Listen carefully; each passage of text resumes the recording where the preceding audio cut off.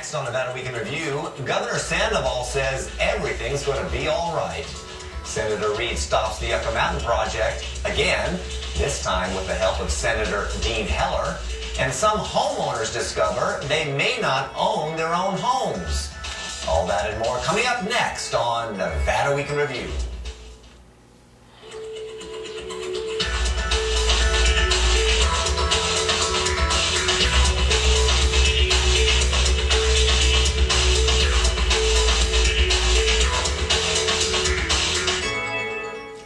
Welcome to Nevada Week in Review. Before I begin, I'd like to introduce the media panel. Patrick Hooligan is a columnist for the Las Vegas Sun. Christina Silva is a general assignment reporter for the Associated Press.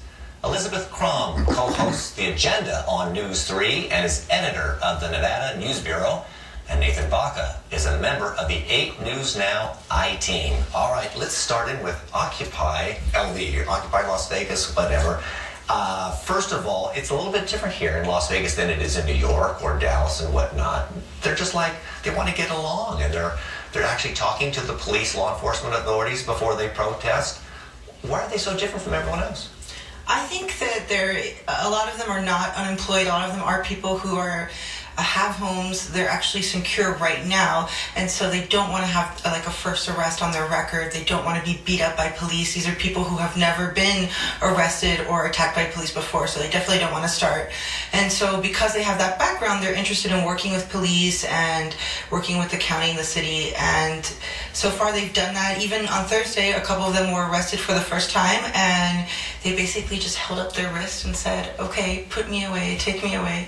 And it was a very peaceful, civil act of civil disobedience. It's so interesting because they don't want to disrupt tourism. They don't want to harm tourism, but don't you think they'd make a bigger splash nationally if they were to disrupt the Las Vegas Strip? Well, yes, but whenever you, just like what Christina was saying, the nature of the people that are actually doing the protest versus just the very few people that are actually doing the tent camping, when you talk to the people that are actually doing the protest, I talked to one person who was like head of a computer company, like just like a local computer company, another person, a lot of unionized labor, a lot of folks that are just entrepreneurs. It's a better class of occupiers. But they are in a way undermining their message because they have agreed to move to this camp near the University of Nevada, Las Vegas, and it's totally secluded. Nobody can see it, so nobody can see their message unless they just happen to go on this, out of the way street. Whereas if they were on the Las Vegas Strip, not only would the media probably go because they would, be more noteworthy, but tourists would see it. Everyone would see it. I think Las Vegas law enforcement has made it clear that that's not an option. And what has happened in many of the other cities across the nation is that law enforcement did not draw clear boundaries right up front. They gave them an inch and then they took a mile, and then no one knew what to do because no one wants to be the bad guy, and that just never got off the ground here in Las Vegas. It's been fairly controlled since the beginning. Well, their original campground that they were going to pick out was on Flamingo near Koval, but there was some last-minute bids on that land, and all of a sudden their main area was taken out. Now that area was high traffic. And they had to withdraw to an area just across from Thomas and Mack. Typical Las Vegas, right? They got talked out of a deal by someone who wanted the parcel more. It's a land deal. It's always a land deal in Las Vegas, I guess. But I'm curious, and this is a good segue to the next issue, and that is this is the housing mortgage foreclosure epicenter where the whole market imploded. And so many people, I think 60 or 70% of the population is underwater. You've been doing a whole series of stories on this latest revelation that some people, including your colleague, our colleague, George Knapp, believes that he doesn't actually own his own home? Yes, and it's really scary because there were indictments, state AG indictments of 2 title loan officers and then 1 notary, and we're expecting 3 other notaries, and they allegedly took forged signatures. They forged signatures on tens of thousands of these titles. We're talking 400 a day in some cases, what they admitted. according to the grand jury testimony. So it gets down to people don't have clear title. We went on the indictment. We plugged in some addresses and numbers on the county recorder's website. I was literally knocking on people's doors and telling them, I was like the anti-price patrol, telling people, hey, instead of with a giant check, I was telling people, yeah, you might actually not own your home. But then the natural question is, what do I do next? Well, in a sense, don't panic, because the law is at least still on the homeowner side. People aren't going to be immediately evicted, but it is bringing up an issue where the previous homeowner could very well challenge in court, hey, I was foreclosed on illegally. Challenge that in court. All of a sudden you have title companies that may have to call upon their insurance companies, and you have a whole series just like what happened with them. I was going to ask you about title insurance and how that plays into this whole debacle. It will be playing in soon. It's too early to tell just how much of this ripple effect is going to be coming. But when the AG's office is saying that this is massive and that they've only approached like 0.5% of the cases that they're really looking at, we don't know how big this is going to get here in Las Vegas. One last question, you've discovered that and people are sort of laying blame, and always have during this entire crisis. They said people should never have signed the documents. They should never have gotten money, borrowed money they knew that they couldn't afford. And then other people believe that the banks got greedy. I guess what you folks discovered, that a little bit more blame is on the side of the banks. They knew exactly what they were doing, and they were almost into the subprime mortgage scenario, and they just went full bore. Well, not only that, but whenever the banks themselves have more of a financial incentive to foreclose rather than to try to work out some sort of settlement, and thankfully the state has come up with a mediation process that we've talked about, but when the banks have that incentive, then you get a situation where the banks are just wanting to rush these foreclosures, and that is what the state AG is alleging, that they were having these title companies just push through a factory of foreclosure notices of default, and that's what is being investigated here. Wow, let's move on to Senator Reid. He had quite a busy week, actually. I mean, he was railing against the Republicans on the jobs issue. He also made a statement on the super committee, and as most people know, the super committee hasn't made that much progress. That'd probably be an understatement, I guess. And then there was another Senator, Mark Kirk of Illinois, that tried to pull the money from closing Yucca Mountain, and I guess Senator Reid got involved, and I think Senator Heller got involved. Both officers are kind of claiming credit for stopping that. You can certainly tell it's an election year when the junior and senior senators are tripping over one another to take credit for killing Yucca again. And essentially, it was Senator Kirk had this amendment on the floor that was going to. It's so convoluted, but it had to do with funding of Yucca, and both Dean Heller and Senator Reid advocated strongly to make sure that Yucca does not get money. Senator Reid, of course, has been doing this for decades.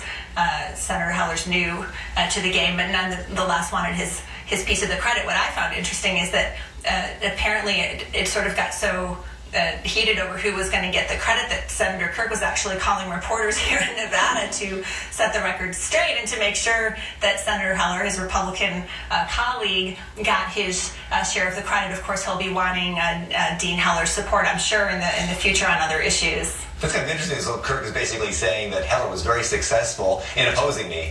Right, exactly.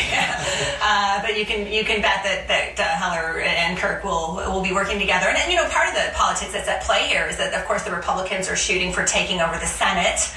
They would like to make the majority leader the minority leader if they have their way. And so both Senator Kirk and Senator Heller have their eye on that ball. And I think sort of agreed in this case that this Yucca issue could wait in deference to bigger things. And Senator Reid has got to be thinking twice about this super committee. I mean, did he really think, or did people think, was conventional wisdom there that these members of Congress would get together and actually come up with a solution?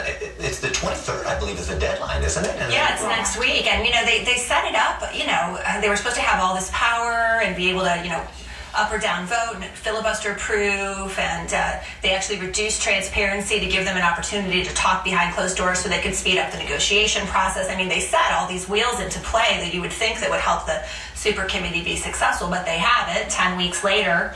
Yeah, the whole thing was delusional, though, because the idea here was that Democrats and Republicans would get together on a compromise that would involve some mixture, would have to involve some mixture of spending cuts and entitlement reform, which means cuts, and tax increases.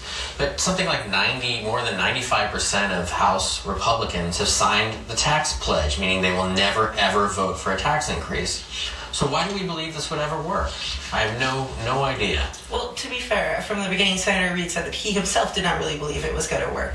I mean, from the very first week when they announced it, he said, yeah, the chances of this actually passing something that would turn around our nation are very slim. And so I think that it was more just at the time so they could move forward and on the debt ceiling and just basically offer some sort of token effort. And now we've seen that his predictions were right. They probably are really not going to do anything. Wow. Let's bring it closer to home, and that is Governor Sandoval. Someone called who was that, Governor Sonny? I mean, I believe that was Ralston first dubbed him Governor Sonny, and then the rest of us sort of picked up on it. John Ralston, I got to give credit where it's due, I guess, if it's credit. But basically, Governor Sandoval is, a lot of people are saying he is Mr. Optimism, and he spoke this week and said the economy is turning around, and certain programs that he's initiated or in the process of initiating have caused that turnaround. Is that kind of basically what he said? That's basically what he said. What's really interesting is he's been in office for less than a year, and in several speeches now he's just basically recapped what he's done in that short period. So he's been a huge cheerleader for his own administration, clearly, and his statement is that the economy is improving. I don't know if all the statistics support that. When you look at the unemployment numbers, they have gone down in the past year, but that's because the workforce has decreased. In other words, more people are dropping out or moving away. And that's what's driving the unemployment number slightly down. I don't know if the people who are facing foreclosure or who, can no longer collect unemployment benefits because they've been unemployed for so long would agree with him that the economy is actually on the rise. One of Governor Sandoval's prime issues with the Nevada Development Authority is the Catalyst Fund, I believe $10 million. But whenever we were interviewing Secretary of State Miller, he was bringing up that neighboring states like Utah have a much larger catalyst fund, have a much larger development fund, and they're hoping to be able to emulate that, but where is the money going to come from? You can't get any money anytime soon, so it's like we have this blueprint that was just released this week, but we don't exactly have the force to be able to do anything with it. It sounds great on paper. We've seen a lot of these blueprints before. We all know what these blueprints are going to have, but to have some sort of catalyst fund, but even still, whether or not a catalyst fund is effectively bribing out-of-state businesses to come to Nevada, will that work? We've already been able to entice them with low tax structure. Is there something more that we need to bring out there to the table? Nathan makes a great point. That UNLV Economic Forum last year, or was it earlier this year? I'm forgetting. I think it was in the spring.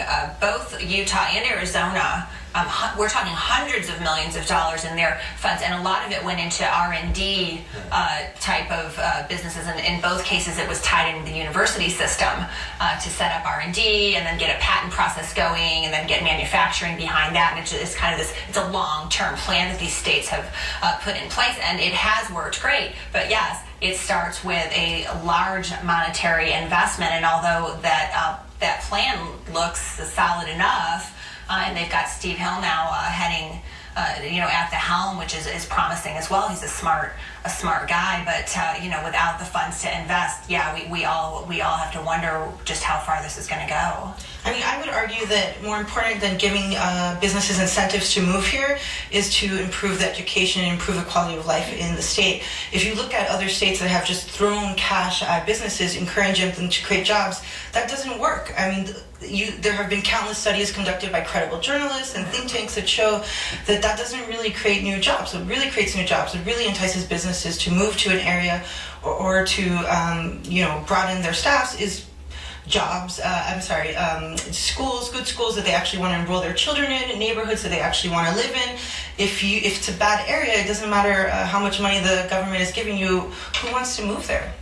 When you got to think we've had a low tax, low regulation state for decades, and there haven't been an onslaught of businesses that have moved here. Christy makes a good point. The low tax environment certainly helps, but it's not the whole picture. It's created a great pawn shop and nail salon economy. Okay, that about sums it up, actually. still the subject of Governor Sandoval, he was quick out of the gate and endorsed a presidential candidate by the name of Rick Perry.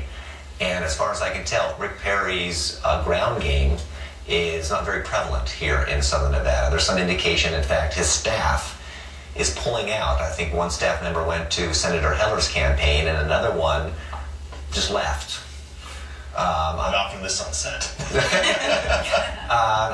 We can certainly reflect on Governor Perry's campaign as a whole, but zero in on Nevada and governors. I think there was sort of an insinuation that Governor Sandoval was going to bring to bear maybe some Republican machinery or something nebulous to help Rick Perry's campaign in Nevada, or just the expectation. But then the wheels fell off the Republican machinery. So, first of all, Governor Sandoval made that endorsement because he considers Rick Perry a close personal friend and almost a mentor because of their relationship from the Republican Governors Association. And Governor Sandoval was clear about that up front. I don't think it was, politically, whether it was a smart decision or not is questionable, but Governor Sandoval was I have a lot of close endorsing. personal friends who I don't want to be president. So I don't understand that explanation. I'm sure Governor Sandoval thought that Rick Perry was a fine candidate as well. I don't mean to downplay it by saying that it was just based on friendship, but two things are at work here. Number one, Mitt Romney is polling so strongly, and Kane and Paul are polling so strongly that for Perry, the amount of money he'd have to spend, the amount of energy he'd have to put into Nevada to steal market share from those three candidates that are already polling extremely well when Rick Perry's down around the 5% mark, is it worth it to him? And then so the next thing that comes into play is the fact that we were pushed back from third in the nation to fifth. After South Carolina, after Florida, Ohio, New Hampshire, right before that, because the GOP caved on that and put us behind those early, those four states. Then Perry, I'm sure, thinks, well, he doesn't have the time, and then why should he? For that number of delegates, really, is it really worth it to him? The candidates have to make strategic decisions all the time about where they're going to play, where they're going to play hardest and where they're going to try to make some inroads. And I'm sure it was a strategic decision to just say, you know what, we're just, that they're just not going to give the resources here in Nevada. I agree. To single out Perry is a little bit unfair considering that most of the candidates right now are ignoring the state and focusing on the early states. If you look at the efforts that even someone like Herman Cain has put into Florida and other states, I think it would make any political a fan here in the state really sad that we're just not getting the same amount of love. And I think it has a lot to do with the date change.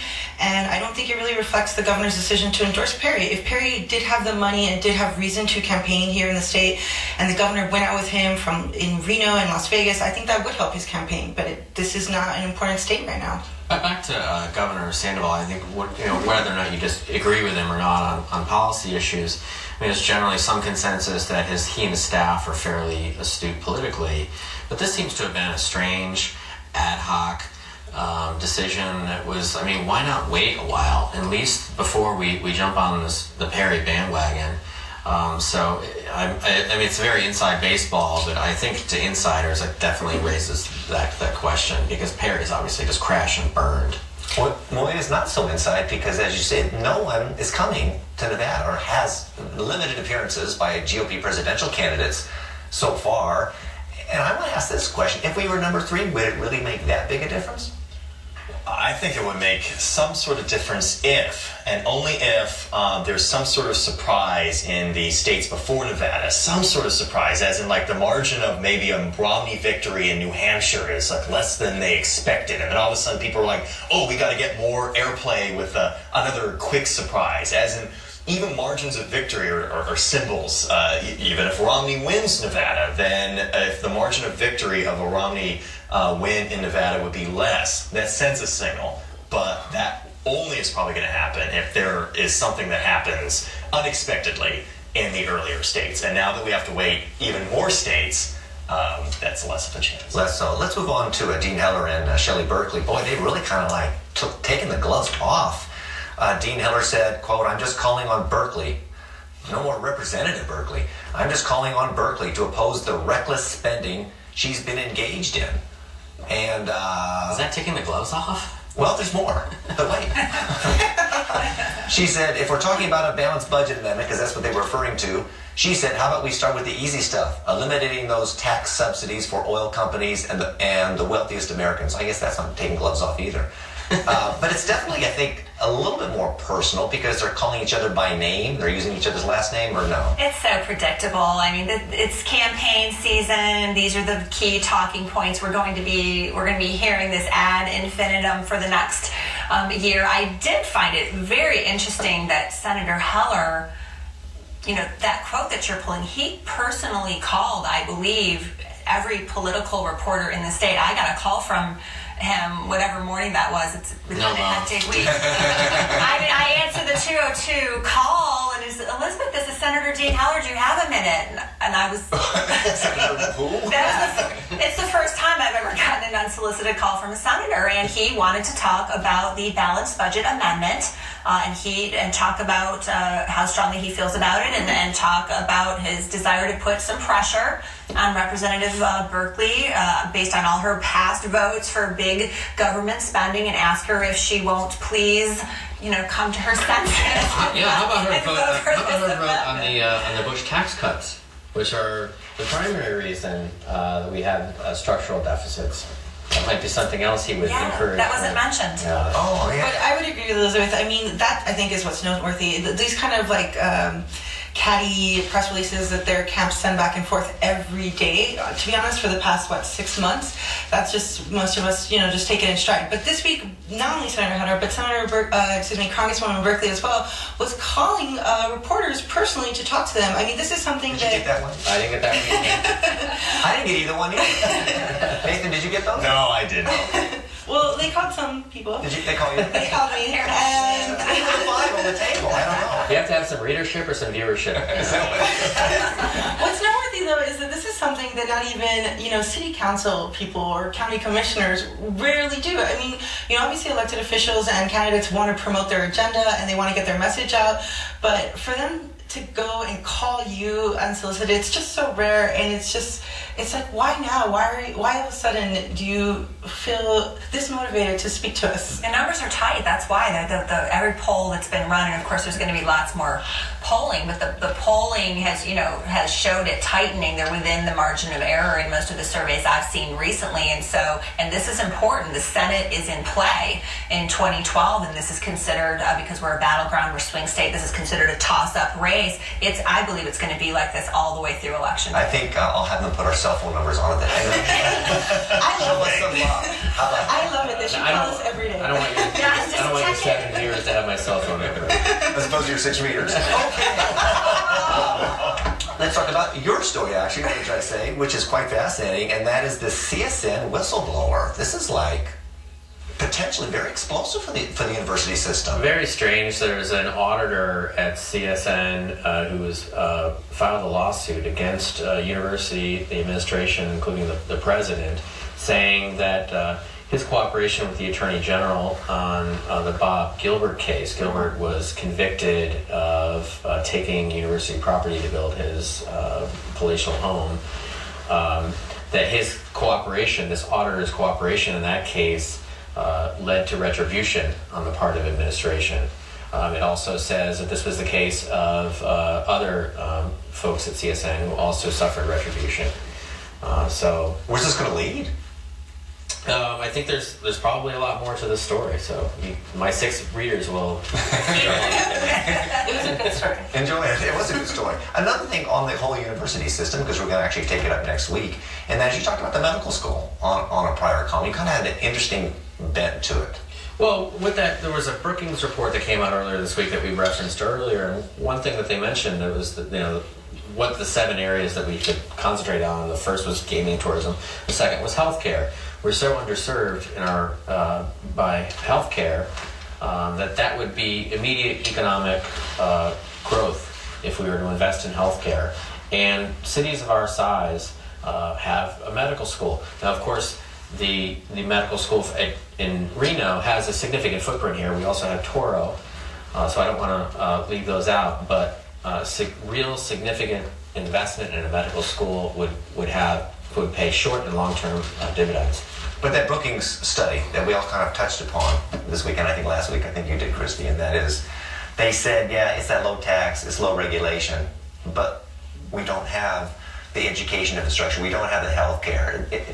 That's always going to be kind of like a thorn in the side, right? It's really interesting because when the governor gave his State of the State address earlier in the year, he talked about investing in schools, and then he said that the fact that the state has one of the lowest investment rates in public education in the nation has nothing to do with the fact that our schools are not doing so well. And so, he advocated cutting funding, saying that it had more to do with teacher performance, and he passed reforms that Republican leaders are passing across the nation that are targeting teachers who are not performing very well.